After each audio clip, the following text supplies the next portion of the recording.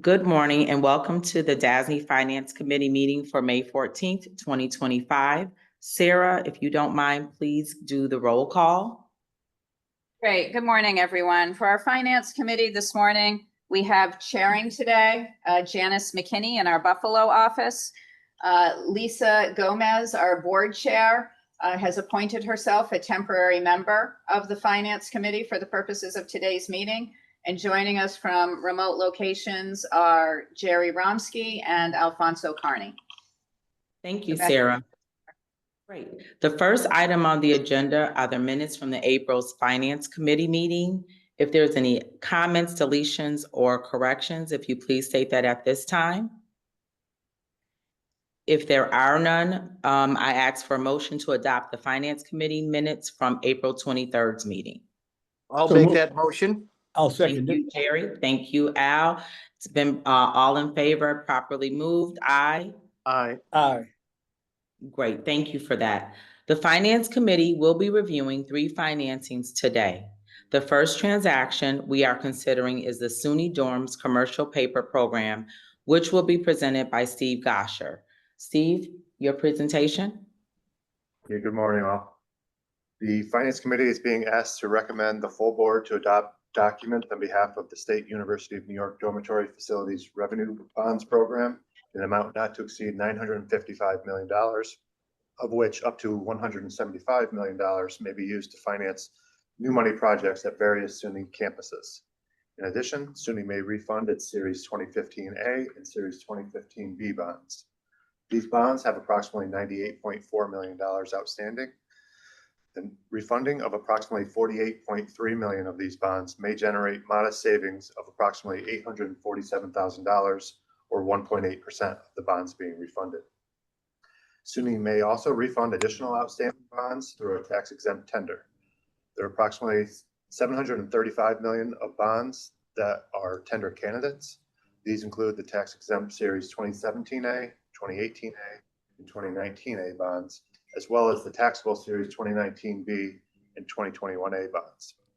Staff is requesting an amount not to exceed $955 million to accommodate the new money, the refunding, as well as full participation in the tender. However, the actual issuance will likely be significantly lower. While participation in the tender is currently unknown, estimated participation ranges from 15 to 30%. The level of savings from the tender will depend on market dynamics as well as the participation level.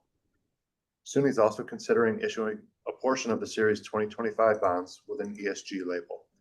With respect to the credit, the Residence Hall program is a self-supporting program of SUNY, generating revenues from over 450 residence halls on 25 campuses to support its operations, maintenance, and debt service.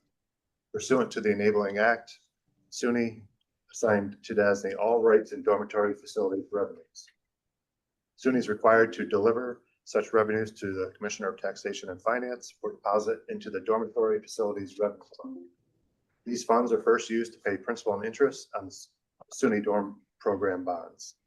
The remaining funds vest with SUNY to use for operations, maintenance, repair, and replacement reserve funds, and any other lawful purposes of SUNY. Residence hall utilization continues to improve following the downturn during the COVID-19 pandemic. In the fall of 2019, utilization was approximately 65,000 beds, but it fell to approximately 39,000 beds in the fall of 2020. Utilization has increased since that time. In fall of 2024, utilization was approximately 60,000 beds. SUNY has a debt service coverage requirement of 1.2 times. Debt service coverage in 2024 was 1.75 times. Security for the bonds includes a first lien on dormitory rentals that are deposited into the Commissioner of Taxation and Finance Dormitory Facilities Revenue Fund. Bonds issued under the SUNY Dorm program are currently rated AA3 by Moody's and A+ by both S&P and Fitch. And Nixon Peabody and Berger Gray, co-bond counsel, will present the financing documents at the board meeting. Madam Chair. All right. Thank you, Steve. Are there any questions from the committee? I'm good, Okay. Janice. Nice to see a SUNY offering. Yes, most definitely. Al, any questions, or Lisa standing in? Okay. Will the committee move that this transaction be recommended to the board for approval? Yes, I'll move. All right. Second? Al, I'll take you as your second. Thank you. The second transaction we are considering is the Roswell Park financing, which will be presented by Matt Burgeon. Matt? I Thank think we you. have to, Janet, I think we have to vote in favor. Oh, I'm sorry. Did we not get all ayes? My apologies. Aye. Aye, Al? Okay, Al, thank you. I see your hand. Thank you for that, Jerry. Okay. Thank you, Janice. Okay. Again, the second transaction we are considering is Roswell Park financing, which will be presented by Matt. Matt? Thank you, and good morning, everyone.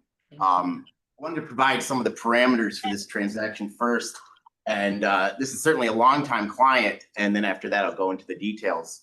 And so the Finance Committee is being asked to recommend to the board the authorization of the issuance of one or more series of fixed and or variable rate tax exempt and or taxable bonds in an amount not to exceed 200 million with maturities not to exceed 30 years, are to be sold at one or more times through a negotiated offering and or a private placement on behalf of Roswell Park Cancer Institute Corporation.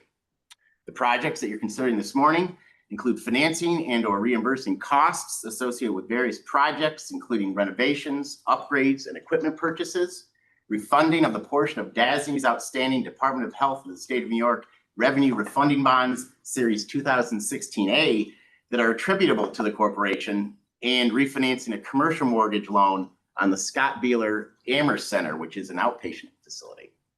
The security features will include one or more obligations issued under the master trust indenture, and this will be secured by a security interest in certain revenues of the members of the obligated group. And initially, this will be the Roswell Park Cancer Institute Corporation, the sole member of the obligated group. And so now I want to describe in more detail the transaction before you, as well as their financing history with DASNY, which dates back to 1976. Historically, the corporation's capital projects have been financed through DASNY's Department of Health of the State of New York Revenue Bond Program, whereby DASNY issues bonds to finance capital projects for the New York State Department of Health facilities, which include the hospital division of the Roswell Park Cancer Institute Corporation. Patient care revenues from the hospital and other DOH facilities are paid into what is called the Health Income Fund. And the Health Income Fund is a segregated fund maintained by the state comptroller to pay debt service on DASNY's Department of Health of the State of New York revenue bonds. But now, the 2026 enacted budget amends the public health law to eliminate this requirement to deposit these patient care revenues into the Health Income Fund. And so this dovetails into the refunding discussion. In the staff report, I discussed this as the refunding of the Series 2016A bonds is necessary to eliminate the obligation to pay patient care revenues into the Health Income Fund.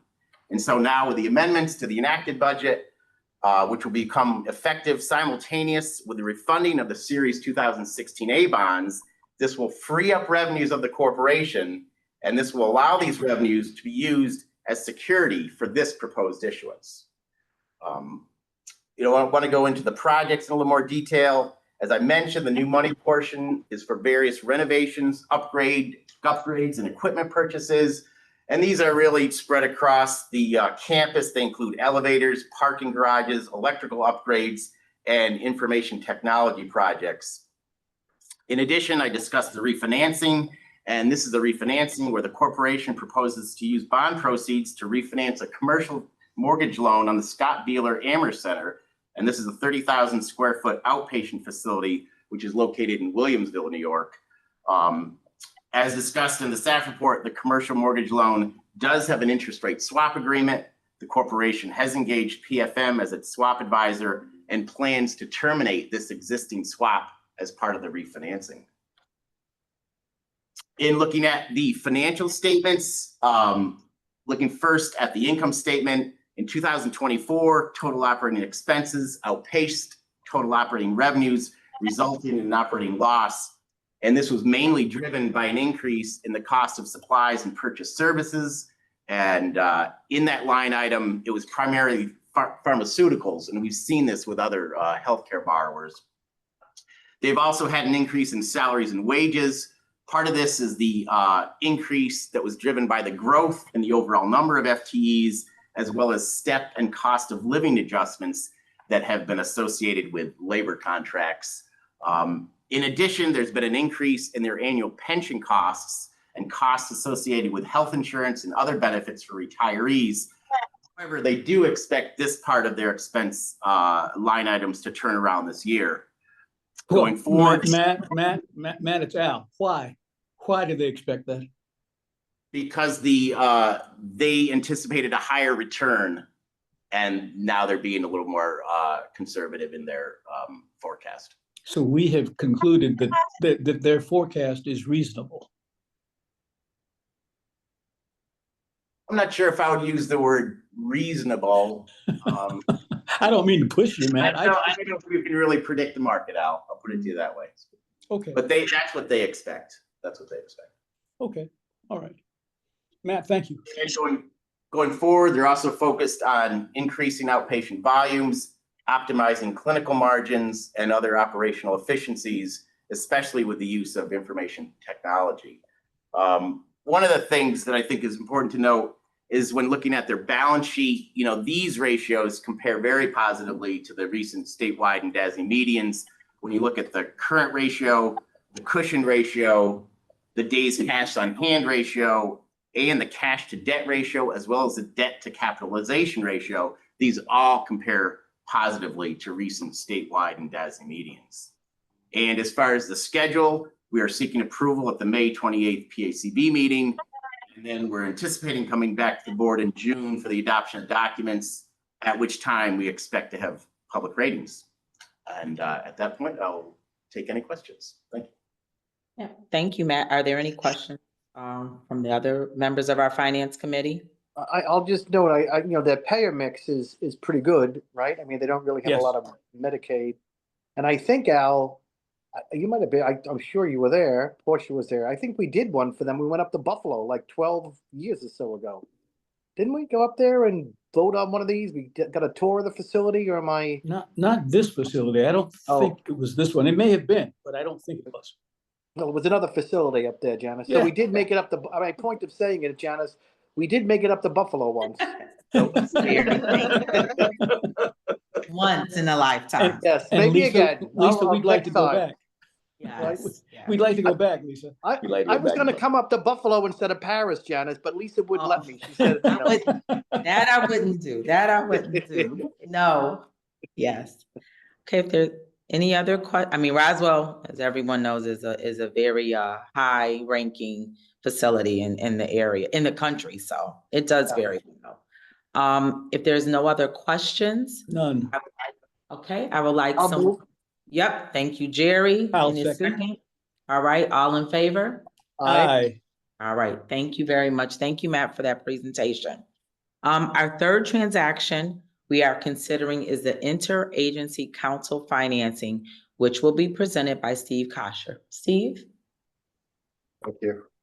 The Finance Committee is being asked to recommend that the full board adopt the necessary documents for financing of one or more series of tax exempt and or taxable fixed and or variable rate bonds with maturities not to exceed 26 years in an amount not to exceed $12 million on behalf of the Interagency Council Pooled Loan Program. Finance Committee will recall that the DASNY board adopted a resolution to proceed for the program in an amount not to exceed $10 million with maturities not to exceed 30 years at the January 15th, 2025 board meeting. As described in the transaction report, there have been revisions to the project list. There are now 9 projects in the proposed financing for 6 participants. These revisions to the project list require the amount not to exceed to increase to $12 million, and is the reason staff is returning to the Finance Committee with the proposed financing. Staff is also revising the term not to exceed to 26 years, tied to the fact that the prior property approvals reflect long-term financings of 25 years or less. The revised seeker memo has been completed. An amended PACB approval to accommodate the revised amount not to exceed and the term not to exceed are expected at the May 28th PACB meeting. Barclay Damon and Lewis and Monday co-bond counsel will provide the board with an overview of certain bond documents at today's board meeting. I'd be happy to answer any questions the members may have. Madam Chair. Yes, thank you, Steve. Any questions from the committee? None here, Madam Chair. I'm good. Jerry? All right. If there's no questions, may I please have a motion? So to moved. Thank you very much, Second. Al. Second, Jerry, all in favor? Aye. Aye. All right, thank you very much. That concludes our agenda for today for the Finance Committee. Is there a motion to adjourn the meeting? Sure. Yes, thank you. Aye. Okay, so Jerry and Janice. Yep. Thank Jerry, you. Yep, Aye. All in favor? Aye. We're good. yes. Meeting's adjourned.